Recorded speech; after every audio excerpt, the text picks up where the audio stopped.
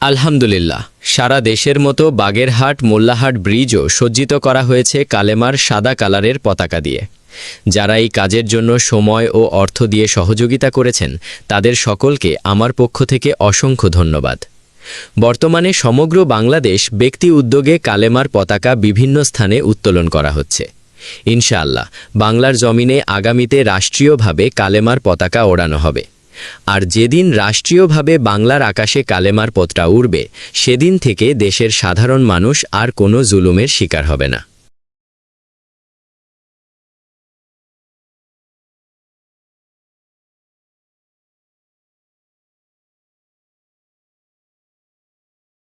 আলহামদুলিল্লাহ, সারা দেশের মতো বাগেরহাট মোল্লাহাট ব্রিজও সজ্জিত করা হয়েছে কালেমার সাদা কালারের পতাকা দিয়ে।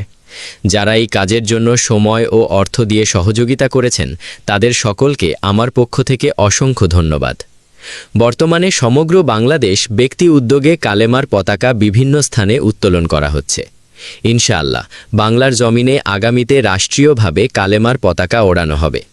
আর যেদিন রাষ্ট্রীয়ভাবে বাংলার আকাশে কালেমার পতাকা উড়বে সেদিন থেকে দেশের সাধারণ মানুষ আর কোনো জুলুমের শিকার হবে না।